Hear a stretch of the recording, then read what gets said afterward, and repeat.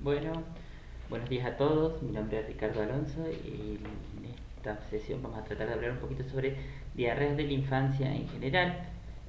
Cabe aclarar antes de comenzar la clase que esta charla está comenzada para estudiantes de medicina o en su defecto médicos generales o médicos que han recibido recientemente, porque vamos a tratar temas bien superficiales, temas que de por sí solos podrían ameritar hablar mucho rato. Lo vamos a ver de manera superficial como para tener puntos de alarma, signos de alarma, puntos principales a tener en cuenta y las consideraciones para detectar rápidamente cuál puede ser una complicación. Vamos a empezar con la definición, es conveniente hacerlo. La diarrea aguda la vamos a definir usando la definición que figura en la página de la Sociedad Argentina de Pediatría. Esta definición es un poco vieja, fue establecida en el Congreso número 31 del Congreso Argentino de Pediatría en la ciudad de Mendoza en el año 2003. Es el aumento de la frecuencia, fluidez y o volumen de las deposiciones con pérdida variable de agua y electrolitos y cuya duración es menor de 14 días. Esta definición es correcta y está bien que la hablemos, pero por ahí es como muy general, no aclara demasiado algunas cosas. Así que tomo una un poco más reciente que la da la OMS. Se define diarrea la deposición 3 o más veces al día, o sea, o con más frecuencia de lo normal para la persona. Por ejemplo, hay personas que hacen 2 veces al día o hasta 3 veces al día y para ellos es normal. Y de repente, si esa persona empezara 5 o 6 veces al día, esa vamos a considerar la diarrea y no sus deposiciones habituales. De heces sueltas o líquidas, o sea, de deposiciones que van a estar más blandas o directamente van a estar líquidas de lo que habitualmente hace. La deposición frecuente de heces formes, o sea, sólidas, no es diarrea, o sea, que quiere decir que si de repente la persona disminuye un poco y después vuelve a tener deposiciones normales, no lo vamos a considerar diarrea, ni tampoco la deposición de heces de consistencia suelta o pastosa, hablando de los bebés amamantados fundamentalmente.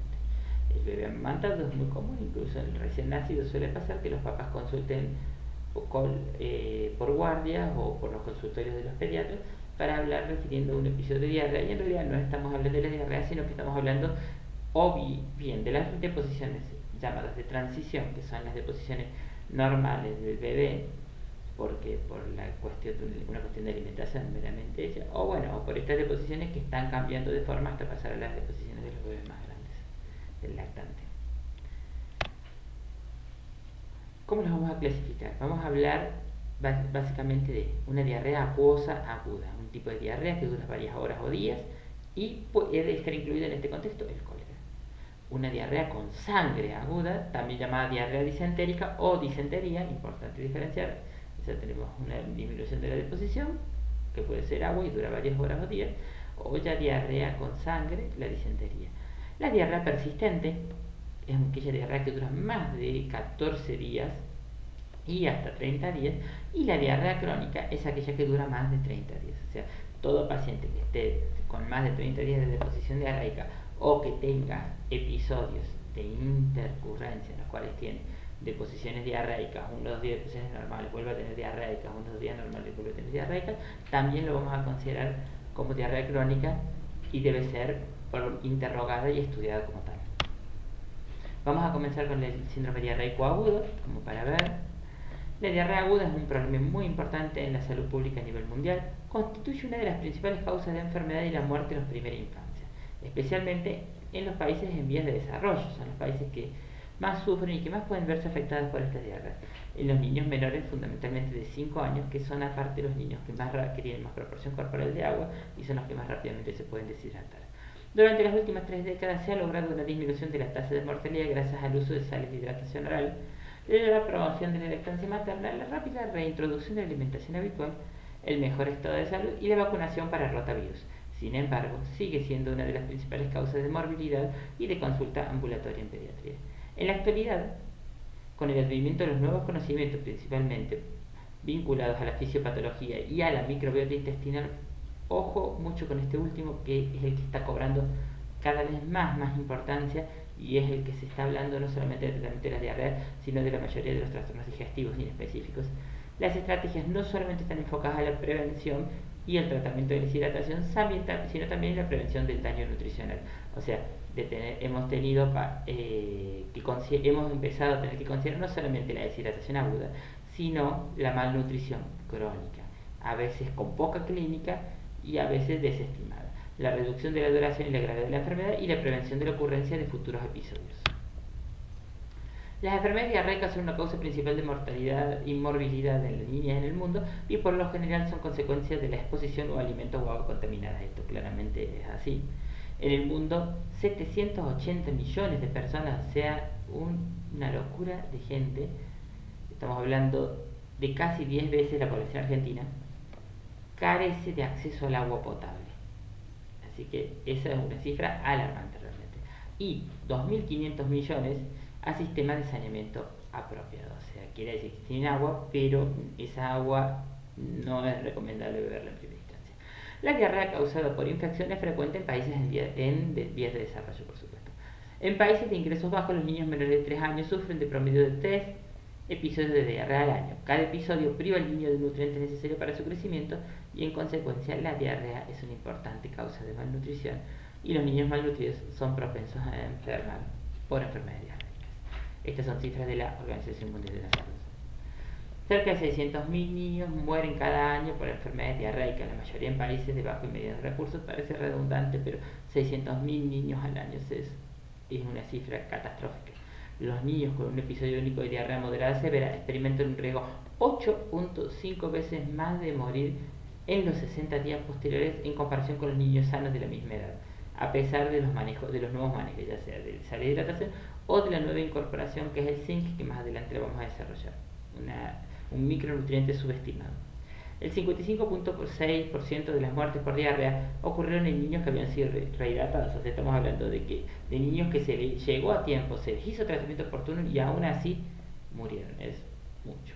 Un episodio de diarrea moderado severa también se asocia con la pérdida subsiguiente del puntaje Z en la talla para la edad, que es un parámetro de la nutrición crónica. Recuerden cuando estuvimos viendo el módulo de crecimiento y desarrollo, hablamos del puntaje Z, que nos habla de las desviaciones estándar que tiene y no solamente del percentilo en el cual se encuentra.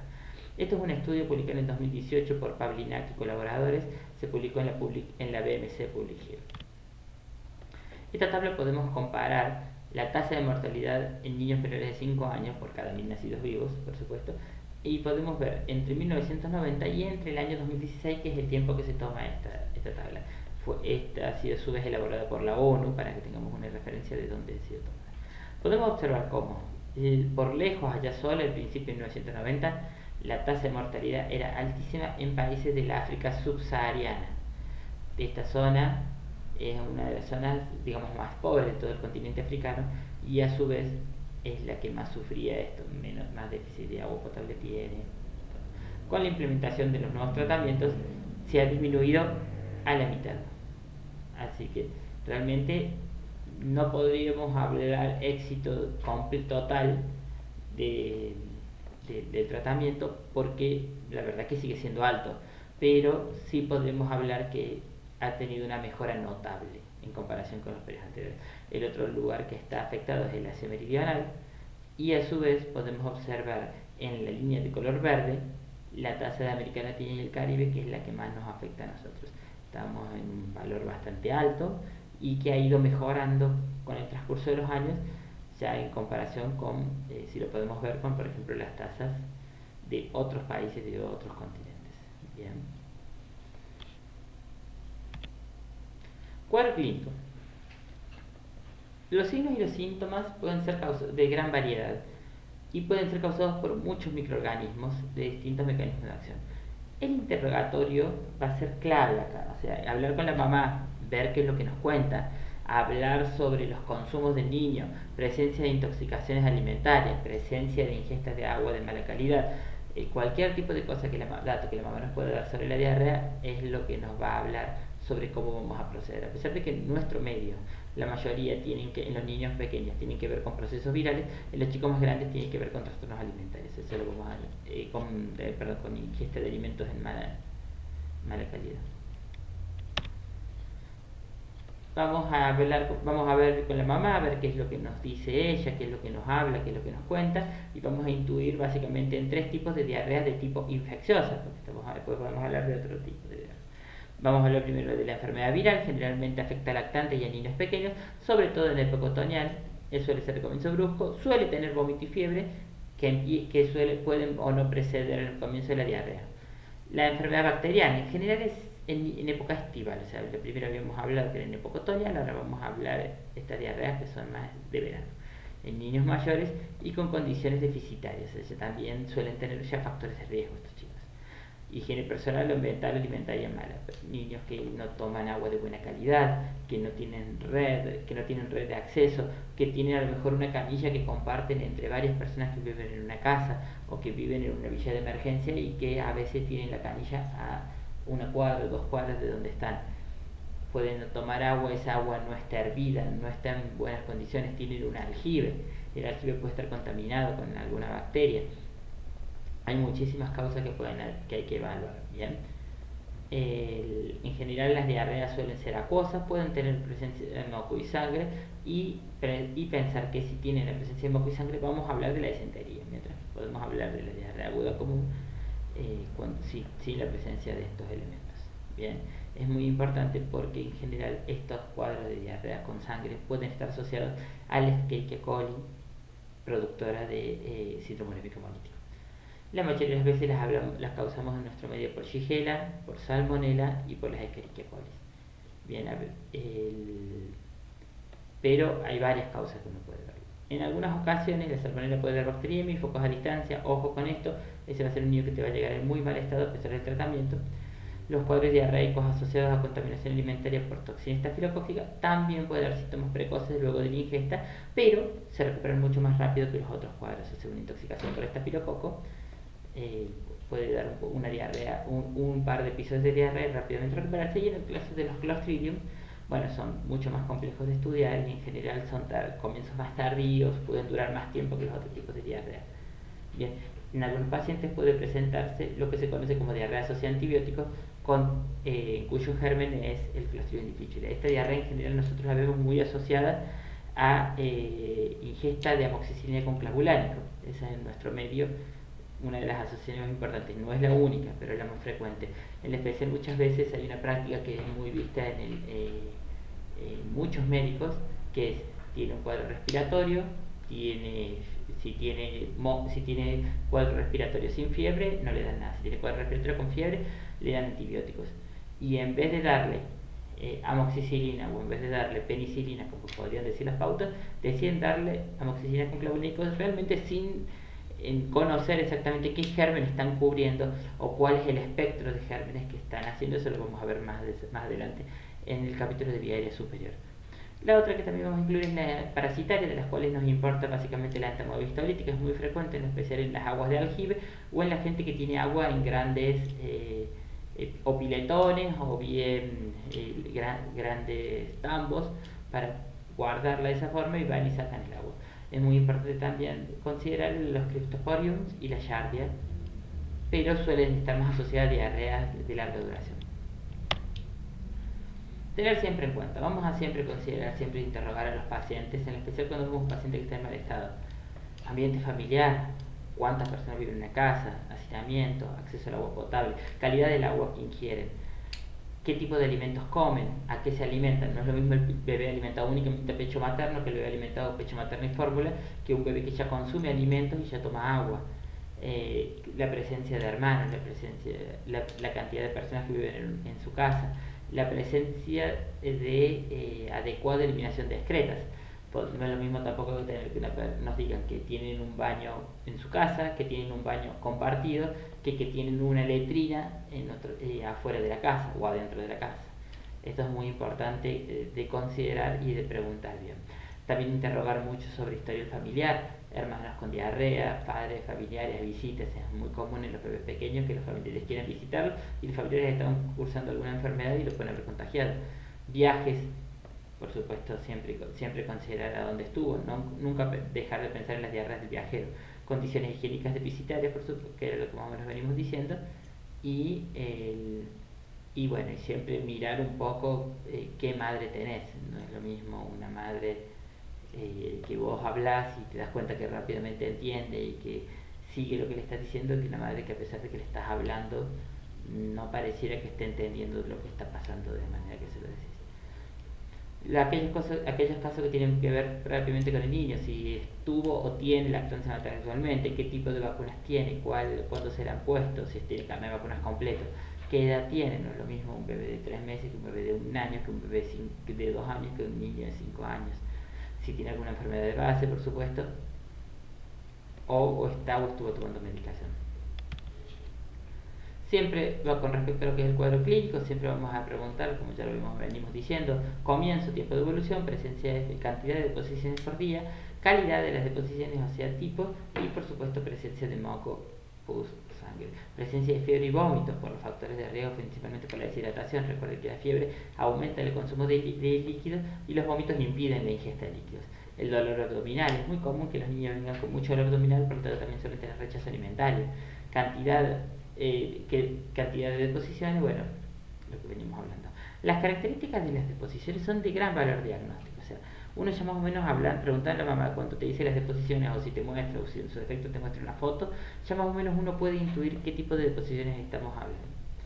Así que, más o menos viendo cómo están, uno puede pensar en qué tipo clasificar las deposiciones de distintos tipos para intuir cuál puede ser la parte del intestino que está afectada. En las diarreas acuosas involucran el intestino delgado, son líquidos abundantes, llevan a la deshidratación con pérdidas variables de electrolitos. Las diarreas secretoras están mediadas por enterotoxinas que actúan a través del AMP cíclico, estimulando la secreción de agua, o sea, el agua pasa del medio extraluminal al intraluminal, y por lo tanto aumenta las deposiciones. Esto es muy importante porque en general estas diarreas suelen tener pérdidas de sodio y bicarbonato. Estas son las que suelen dar la Escherichia coli, las coli, la salmonella, la Shigella y los estáfilos. Las malabsortivas, por disminución de la superficie de la absorción de la mucosa, pueden originar pérdidas de electrolitos y ocasionalmente pueden producir deposiciones con moco y estrías de sangre. Por ejemplo, la Giardia, los rotavirus, la Escherichia coli enteropatogénica, entre otros. Y las diarreas osmóticas simplemente atraen agua, provocan deposiciones ácidas con bajo contenido de sodio y aumentan la producción de gas. O sea, son niños que pueden tener distensión abdominal, pero que tienden a deshidratarse también rápidamente. Recuerden que el sodio siempre se mueve con el agua. Las diarreas disentéricas con invasión o penetración de la mucosa del colon y a veces del líquido terminal se caracterizan por fiebre alta, heces frecuentes, pequeñas cantidades de moco y de sangre acompañadas con cólicos, pujos y tenesmo. Bien, importante esta definición, importante descartar porque siempre vas a tener que sembrar este tipo de deposiciones para buscar gérmenes patógenos, Salmonella, Shigella, Escherichia coli. También en menor medida pueden estar los Campylobacter. Lo que pasa es que el Campylobacter no se siembra, se estudia por otra técnica. Lo que son las Yersinas y las entamoebas son bastante más difíciles porque no en todos lados se hacen. Y los Clostridium son un antígeno específico que la mayoría de los laboratorios no se hace, suele tener que derivar y es bastante costoso. Y eso también es importante porque parece tonto, pero el costo de estas cosas tiene mucho que ver, y hacer una buena medicina es también moderar el recurso, medir el recurso, no usar de más. El examen físico siempre se debe estudiar completo, desde arriba hacia abajo. Los datos de mayor relevancia son el estado de hidratación, por supuesto, que es lo que también nos indica el riesgo inminente, y hay que hablar tiempo de evolución, magnitud de las pérdidas, calidad y cantidad de los líquidos administrados. O sea, ver si ya un día, 2 días, 1 semana, 2 semanas, lo que sea, cuántas deposiciones tiene, 2, 3, 5, cuántos líquidos toma el bebé. Está tomando está tomando mucho líquido, lo veo hidratado, bien.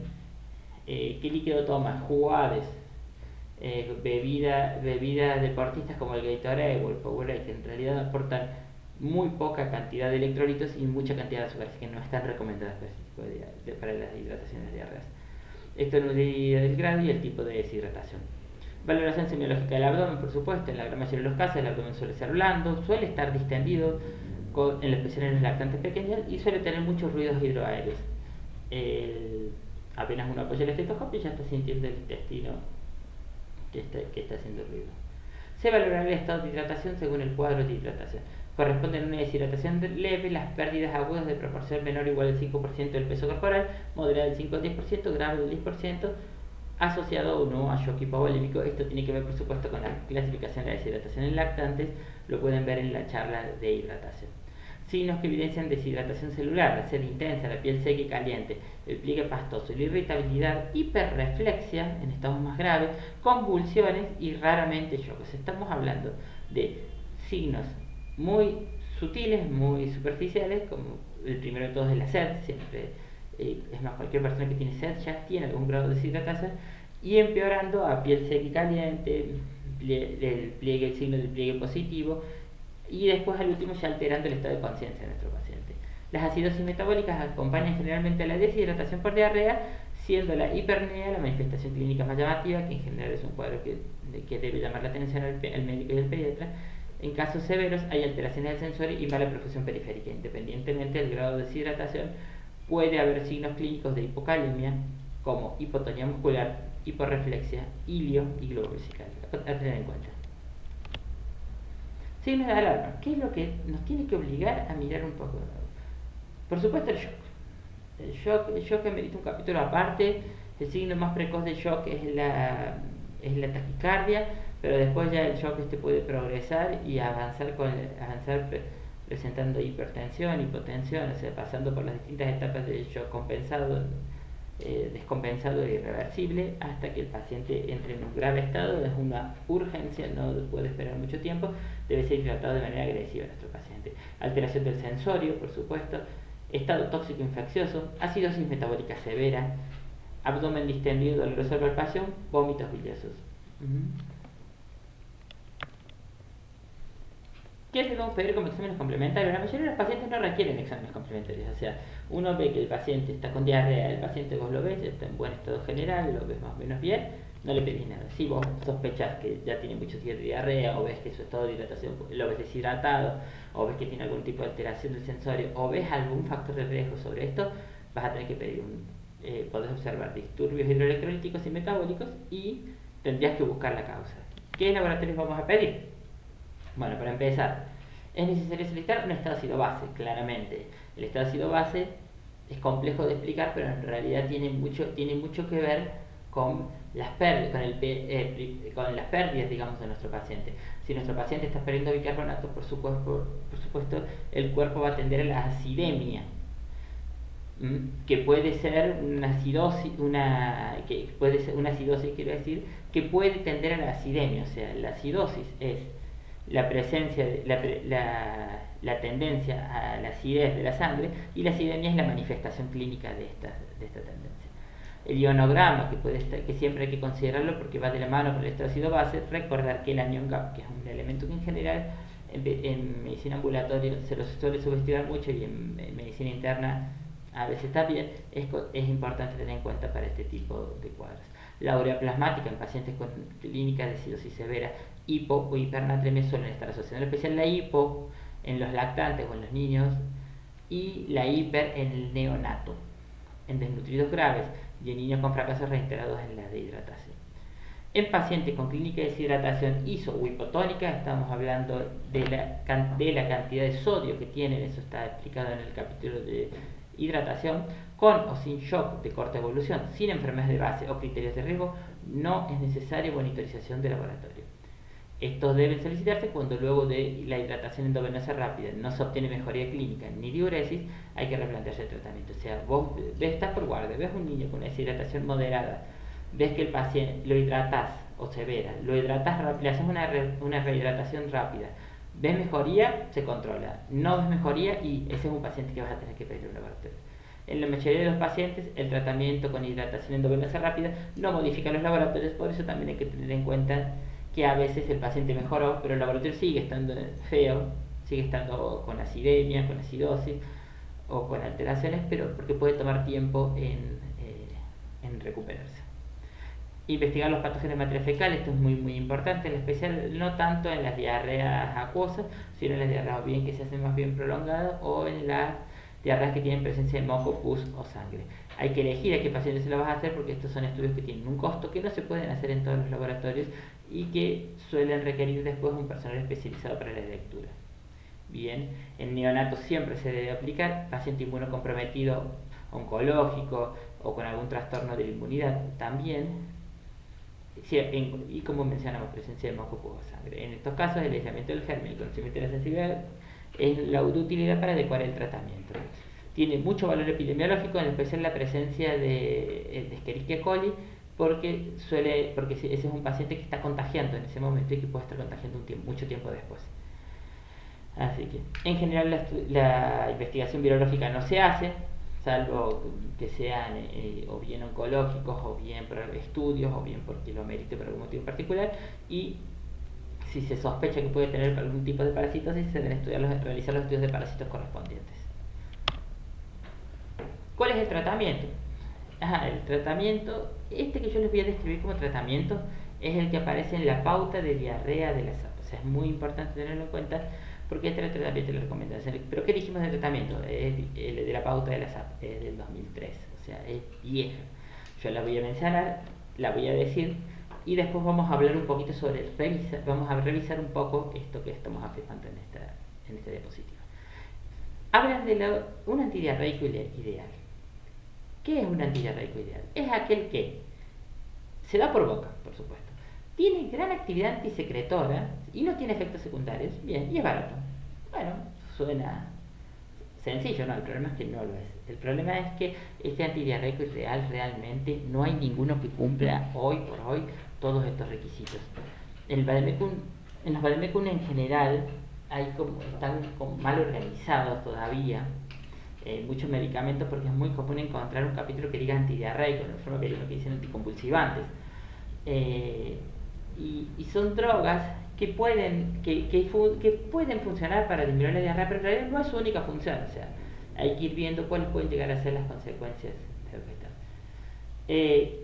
No hay en este momento antidiarreico ideal, está en investigación, hay un montón de tratamientos que se usan, pero en general por ahora lo que venimos hablando es que no habría una sola medicación que le ayudaría.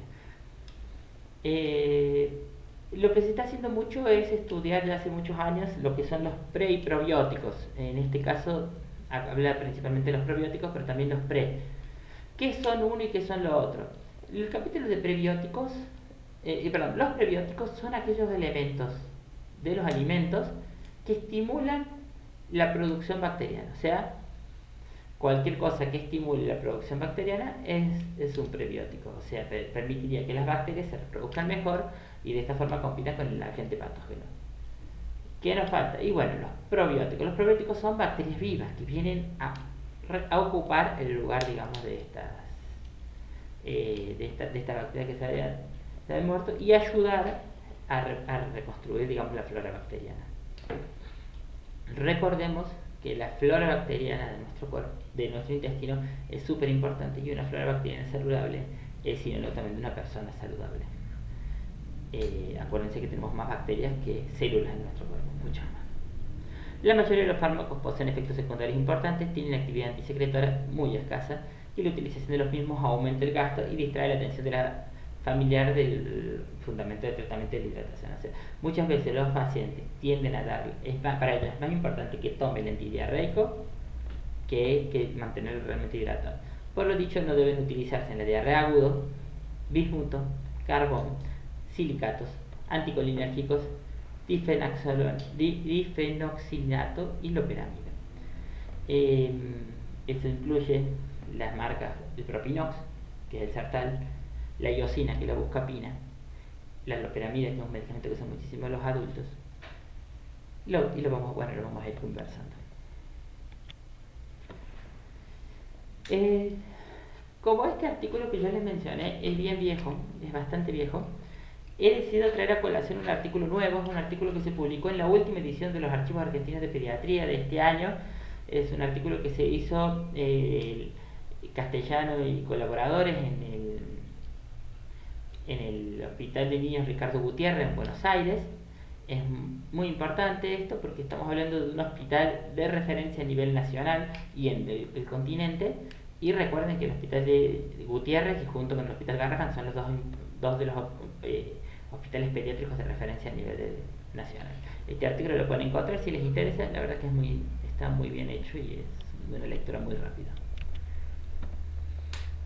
Vamos con lo que dice, esto es actualización, o sea, ¿qué es lo que se dice en este artículo? Se tomó alrededor de 3.000 pediatras con más o menos años de experiencia en la pediatría y se les preguntó cuando les viene un paciente con diarrea, ¿ustedes qué es lo que hacen? Entonces fueron haciendo un cuestionario ya estructurado por la gente del Hospital Gutiérrez, en el cual iban preguntándoles y haciendo algunas aclaraciones de por qué hacían ciertas medicaciones. Esto está bueno porque nos permite también a nosotros cuestionarnos sobre qué es lo que hacemos y por qué lo hacemos. En relación con el manejo farmacológico, la terapia de hidratación oral ha sido la primera línea de tratamiento. O sea, todos los pediatras coinciden en que hay que mantener hidratado a nuestro paciente. La mayor parte de las encuestas refirió que se usaban fórmulas de hidratación oral en concordancia con las recomendaciones. Estamos totalmente de acuerdo. Con respecto al tratamiento de síntomas asociados como náuseas o vómitos, vamos a encontrar la primera controversia. Las guías de la OMS dicen que no solamente que no es necesario, sino que no es recomendable el uso de antieméticos. Nosotros acá en Argentina usamos muchísimo los antieméticos, pero básicamente uno, que es la metoclopramida, o la marca más conocida, pero no la única, es el Reliberam. Esto es importante tener en cuenta porque está desrecomendado este uso. O sea, si tenemos estudios científicos que dicen que no hay que usarlo y se usa, bueno, eso es algo que se hace. Las guías de la Academia Española de Pediatría dicen que se podría usar en ciertos pacientes el ondansetron. El ondansetron es una droga que se puede dar por vía endovenosa o bien por vía oral con forma de comprimidos, que en general es un tratamiento que nosotros en Argentina no usamos de rutina para nada, básicamente por el costo. Es una droga muy cara que se usa principalmente en pacientes con patología oncológica para el tratamiento de la quimioterapia sintomática. Es un inhibidor del vómito a nivel central, o sea, es realmente la medicación que te corta el vómito. Incluso la metoclopramida, que es la droga que más usamos, no corta el vómito. No corta el vómito, a diferencia de lo que la gente cree. Porque dicen, vomitó a pesar de que le di la metoclopramida. No, y puede llegar a vomitar igual, porque en realidad lo que hace la metoclopramida es aumentar el vaciamiento estomacal y de esa forma disminuiría las posibilidades de que el paciente vomite. En cambio, el ondansetron corta el vómito a nivel central. Importantísimo esta aclaración. No obstante, hay que pensar que tampoco es una droga que no tenga efectos adversos. Tanto el ondansetron como la metoclopramida. La metoclopramida es una droga que tiene muchísimos efectos adversos, puede producir extrapiramidalismo, actúa a nivel central produciendo estos cuadros y no es dosis dependiente, o sea, una dosis muy bajita en un paciente equivocado puede llegar a producir todos estos síntomas de intoxicación, a pesar de que sea la dosis que corresponde, ni hablar de una dosis por supuesto elevada. Es una intoxicación bastante frecuente en la guardia de pediatría. En nuestro estudio, la tasa de utilización de antieméticos fue poco frecuente y es de destacar que la mayoría refirió indicar la metoclopramida, con lo cual existe poca evidencia para su uso en los vómitos asociados en los cuadros de diarrea, condición que se suma a que esta medicación tiene efectos sedantes y podrían interferir con la rehidratación. Con respecto a los antiácidos y protectores gástricos, a pesar de que las guías no sugieren su uso, es común que se indiquen. Ellos les llama la atención que, bueno, se usan más con trabajar en ámbitos de guardia y por ahí notan que lo vieron más en profesionales de mayor edad que en profesionales más jóvenes. No dicen por qué, no lo investigaron tampoco, es una observación que hace la gente del Hospital Gutiérrez. En cuanto al uso de probióticos, Guarín y colaboradores realizaron una investigación en niños con diarrea leve y observaron que la administración redujo la duración. Antes se decía que no era significativa, que no importaba, y hoy día se habla de que sería una buena ayuda para este cuadro. Fundamentalmente los probióticos. Hace unos años se decía que podían ser los prebióticos, que no es que vayan a hacer mal, pero en realidad los que realmente están ayudando ahora son los probióticos. Bien, en especial en estas diarreas que están asociadas a antibióticos y las diarreas asociadas a tratamientos prolongados o a tratamientos innecesarios para amoxicilina con ácido clavólico, o a lo mejor sí necesarios, pero que están. Entre sus acciones pueden mejorar la microbiota alterada, la inhibición de los patógenos y los efectos inmunitarios. O sea, ¿qué es lo que hacen? Al suministrar bacterias, estas bacterias hacen como una competencia contra las bacterias patógenas y por lo tanto están ocupando y la alimentación. Estudios han demostrado que la suplementación con zinc reduce la gravedad y la duración de la diarrea en menores de 5 años. Esto es muy importante. El zinc es un micronutriente que está cobrando cada vez más importancia en los últimos años. Hay un artículo muy interesante que pueden leer que se llama Zinc, la chispa de la vida, en el que habla sobre un montón de procesos en los cuales el zinc interviene se lo recomiendo, léanlo, ayudaría. Nosotros no lo hacemos de rutina, pocas veces lo indicamos, pero sí en las diarreas cuando se persisten mucho o cuando sospechamos algún trastorno metabólico podemos indicar zinc. En cuanto a la prescripción de la crema de bismuto, esta también es otra que ha ido cambiando. La revisión describe el efecto beneficioso para el alivio de la diarrea por diferentes causas, pero en adultos fundamentalmente. Hay un cierto ayuda en pediatría y en estudio que en niños menores de 12 años, tratando con solución de hidratación oral o combinada con gel de hidróxido de bismuto, redujeron el número de exposiciones y el tiempo de duración. Hay poca bibliografía de este tema. Muchos de estos temas están apoyados por los laboratorios que producen crema de bismuto. O sea, clásicamente se decía que no. En los últimos congresos argentinos de pediatría, los laboratorios que producen la crema de bismuto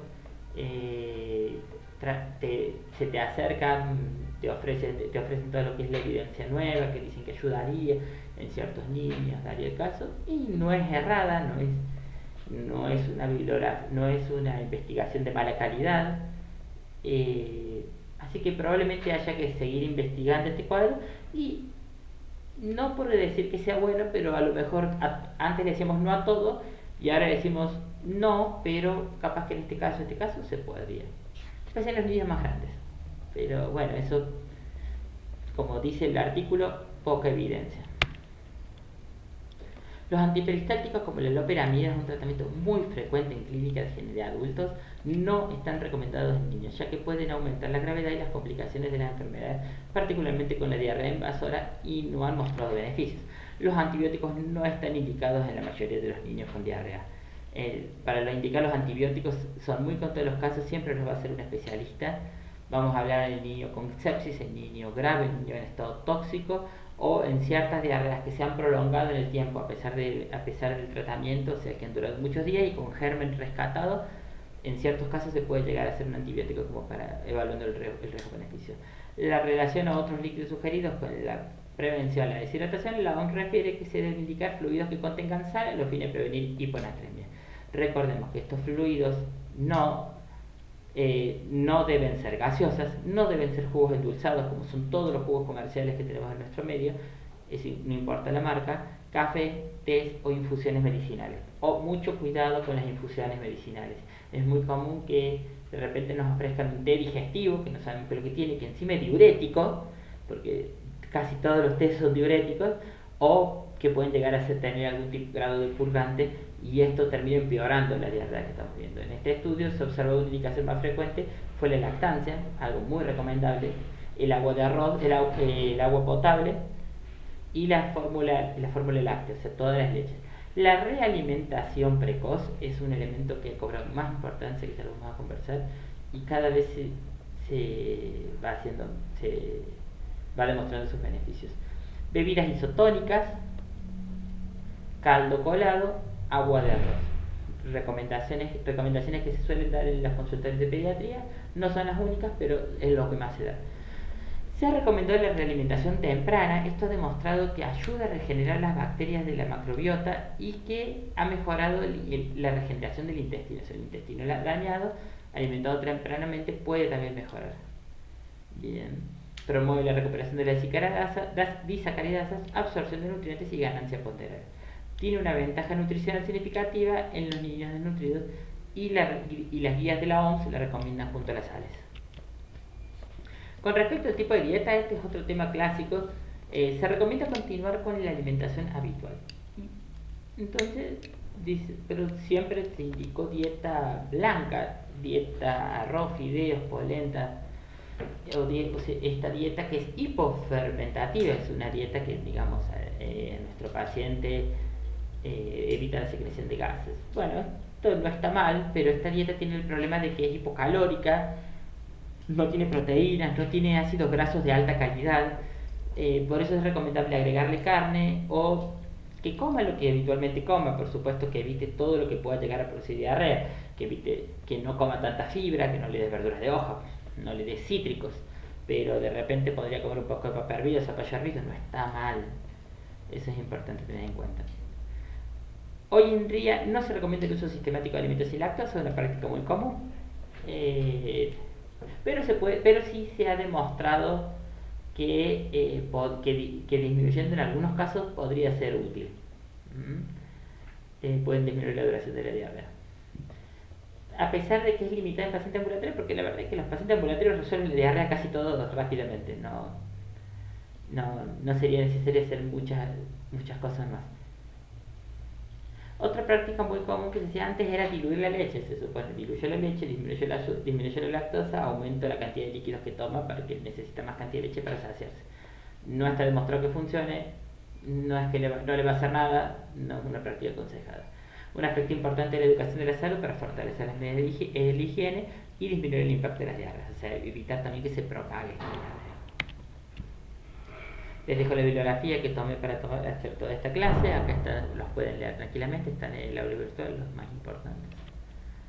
Ahora vamos a hablar sobre diarrea crónica. Habíamos dicho que es la diarrea que dura más de 30 días de duración. ¿Cómo vamos a encararla desde el diagnóstico? Bueno, lo mismo de siempre: clínica, epidemiología, métodos complementarios. La clínica es clara: diarrea de más de 30 días de duración.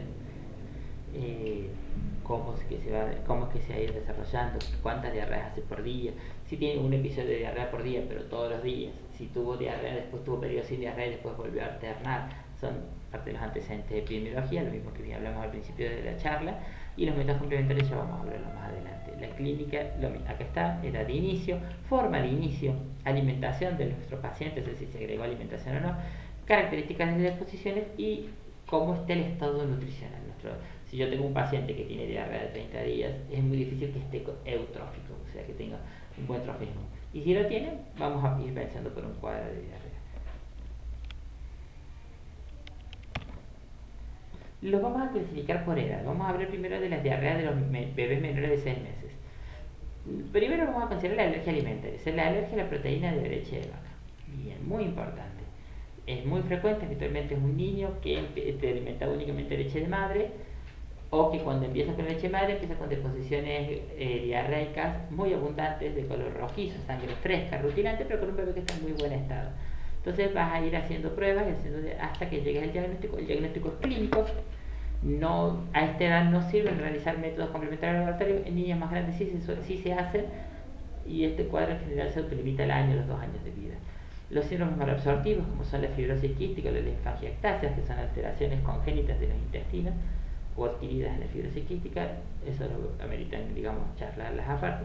La intolerancia a los hidratos de carbono, fundamentalmente a la lactosa, que en general también lo vamos a tener en cuenta con el tema de la alimentación. Y las diarreas congénitas, cuadros que son mucho más graves, que tienen que ver ya desde el neonato. Y otra que voy a considerar es la diarrea refractaria del lactante, que ahora la vamos a ver. La diarrea refractaria del lactante, ¿qué es? Es un cuadro secundario a una infección, una infección, y se produce la lesión mucosa, aumenta la permeabilidad, da mala absorción. Esto produce pérdida de peso, desnutrición, mayor lesión mucosa, mayor aumento de permeabilidad. O sea, eso termina siendo un círculo que es muy importante tener en cuenta. Insuficiencia intestinal es la reducción de la masa intestinal funcionante por debajo del mínimo requerido para mantener la digestión y absorción de nutrientes y de líquidos para el mantenimiento nutricional del adulto o del crecimiento de los niños. Es muy importante porque las calorías que requiere un adulto son muy distintas de las calorías que requieren los niños, así que dato a considerar. Vamos a hablar de los niños de 6 meses a 3 años. Vamos a empezar con las diarreas crónicas inespecíficas, o sea, esos cuadros que no sabes la causa, que se terminan resolviendo y a lo mejor nunca supiste cuál fue. Los parásitos, siempre tenemos que hacer estudios de parásitos en estos cuadros.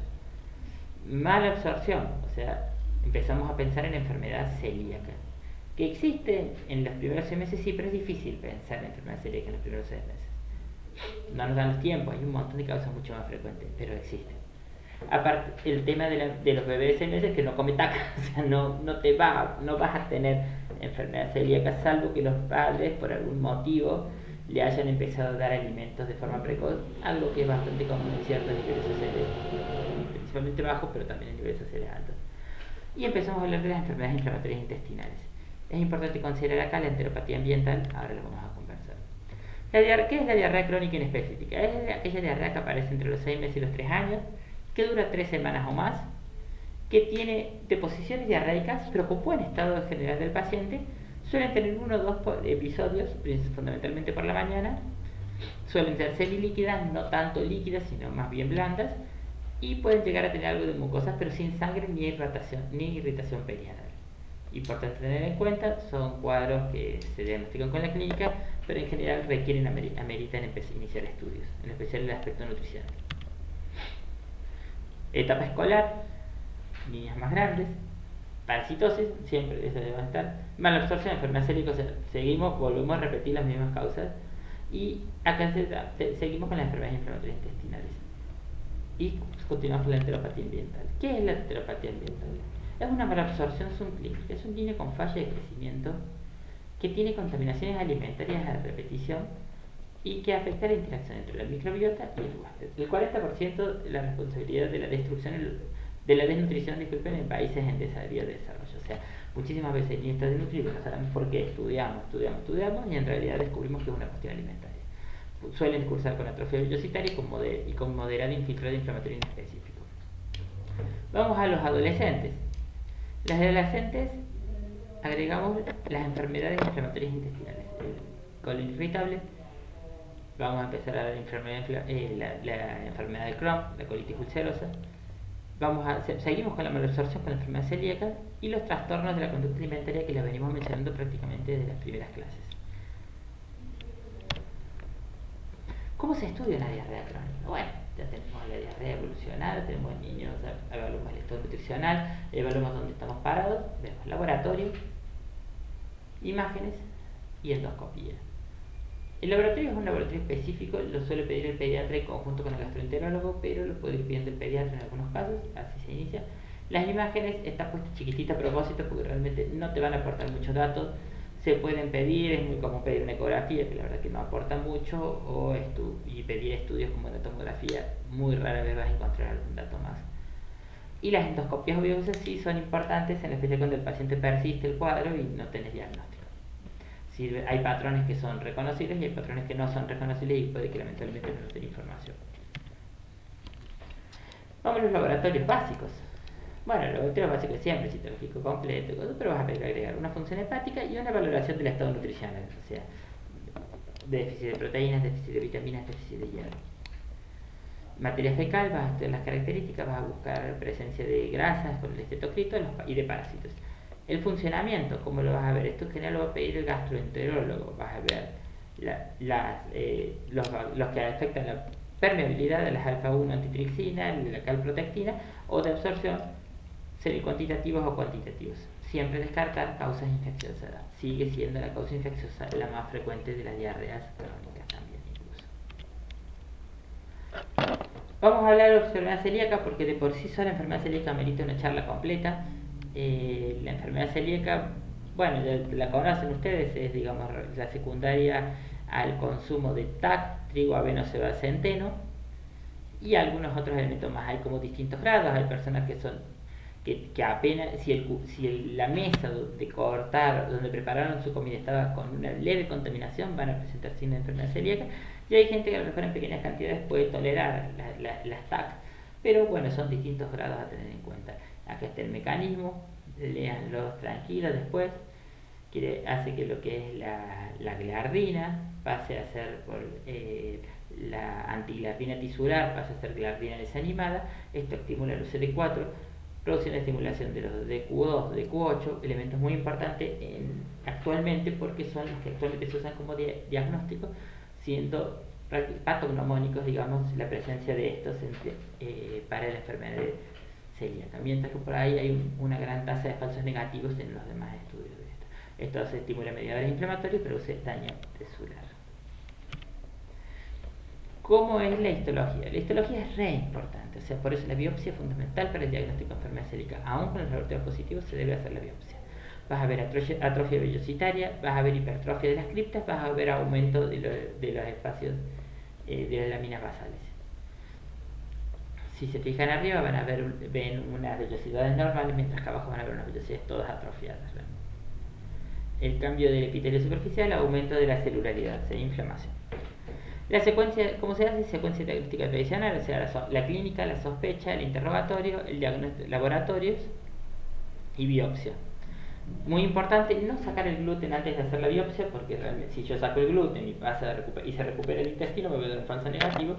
Y la HLA de Q2 y Q8 con casi un 100% de diagnóstico. El problema de este laboratorio es nuevo y es caro. Y no siempre se dispone. ¿Qué recomendaciones vamos a seguir? Bueno, en los casos vamos a hablar de las diarreas, digamos, recomendaciones particulares de las diarreas crónicas. En los casos de diarrea de comienzo de la época neonatal con importante repercusión, se puede necesitar nutrición enteral o nutrición parenteral o nutrición enteral a fórmulas hidrolizadas con débito continuo. Esto es muy importante porque en general son bebés muy pequeños y que rápidamente se nos pueden desnutrir o que se nos pueden deshidratar a considerar. Esto, si viene por neonatal, en general los primeros 2 o 3 meses de vida puede ser esto, especialmente los primeros 60 días. Los lactantes menores de 12 meses, si las características de la diarrea sugieren una intolerancia a la lactosa, al hidrato de carbono, fundamentalmente, o sea, es una deposición muy ácida, que quema mucho la cola, puede estar líquida, suelen hacer mucho ruido y suelen producir muchos gases, con irritación de la región del pañal, pueden emplearse fórmulas sin lactosa, o sea, hacer la prueba con fórmulas sin lactosa. En lactantes malnutridos, especialmente en los menores de 6 meses a 1 año, se pueden utilizar hidrolizados de proteínas, o sea, si vos ves que el paciente está desnutrido, sospechás que puede tener intolerancia de proteína de la vaca, o sospechás que el paciente por algún motivo no se está absorbiendo bien, podés empezar con una fórmula hidrolizada. Esta no contiene lactosa, sino que usan la maltodextrina o dextrinomaltosa y polímeros de glucosa para dar el aporte calórico de los hidratos de carbono. Cubrirían la posibilidad de intolerancia de la lactosa, cubrirían la alergia a la proteína de la leche de la vaca, facilitando además la utilización de nutrientes, porque están hechas a base de aminoácidos u oligopéptidos, entonces son mucho más fáciles de absorber. Si hubiera lesión vellocitaria, se absorbería más fácilmente. La mayoría de estos hidrolizados es muy importante porque tienen ácidos grasos de alto valor nutricional, que son los triglicéridos de cadena media, facilitando su absorción también. Si se sospecha de enfermedad celíaca, no retirar el gluten hasta realizar la biopsia, o sea, programa la biopsia, la realiza y ahí puedo retirar el gluten o no, voy viéndose. Si hay sospecha de sobredesarrollo bacteriano o de parasitosis intestinales, puede ser útil el empleo juicioso de metronidazol. Esta es una práctica que es relativamente común, o sea, no es raro que de repente algunos pediatras digan, bueno, vamos a hacerle como una purga y le dan antiparasitarios a los niños de rutina por las dudas. No es algo que yo haga, pero bueno, si ves factores de riesgo, si ves que viene una zona de alta prevalencia, si te cuenta que hay muchos compañeros que están con eso, o que los hermanos tienen parásitos, y se puede llegar a hacer y no está mal. Si el cuadro es compatible con una diarrea crónica en específica, emplear una dieta variada y equilibrada, restringir el consumo de jugos de frutas e incrementar la grasa en la dieta. Parece tonto, pero estas grasas era lo que venimos hablando. En nuestro paciente en un déficit calórico necesitamos agregar calorías. Mensaje para llevar a casa. El diagnóstico de la diarrea crónica descansa básicamente en la clínica, o sea, uno ya le cuentan y ya tiene que intuir por lo menos cuál es la causa. 5 datos fundamentales: edad, forma de inicio de alimentación, tipo de posición y repercusión nutricional. La diarrea crónica del primer semestre debe ser abordada nutricionalmente de forma precoz, o sea, no tenés que dejarte estar con este tema, rápidamente lo tiene que ver el pediatra. Los laboratorios pueden utilizarse para la evaluación general, valorar el funcionamiento del intestino, buscar un diagnóstico específico. Las imágenes tienen poca utilidad en la diarrea crónica. La biopsia duodenal, raramente patognomónica, la biopsia duodenal es indispensable para el diagnóstico de enfermedad celíaca, así que casi siempre van a terminar en biopsia. El colon reacciona de una forma estereotipada ante distintas noxias, o sea, varias formas. Les dejo la bibliografía para que después la consulten. Y la última, unas normas generales de actualización para todos los tipos de diarrea. Primero, nunca retirar lactancia materna, por favor, nunca retirar lactancia materna, no introducir alimentos nuevos, porque no sabemos si este alimento puede influir para mejor o para peor en el cuadro. Retirar los jugos de frutas, en especial los comerciales, por la cantidad de azúcares que pueden ser mal toleradas en la diarrea crónica. Y aconsejar otros alimentos más nutritivos, también el agudo, digamos. También cabe agregar acá el tema de que no hay que agregar bebidas para adultos deportistas, como lo que son Gatorade, Powerade, que tienen muy poco contenido de sodio, muy poco contenido de potasio, que eso los comento mejor en el capítulo de hidratación, y tiene una cantidad de azúcar. A pesar de que te diría que lo pasan diluido, sigue siendo mucha azúcar.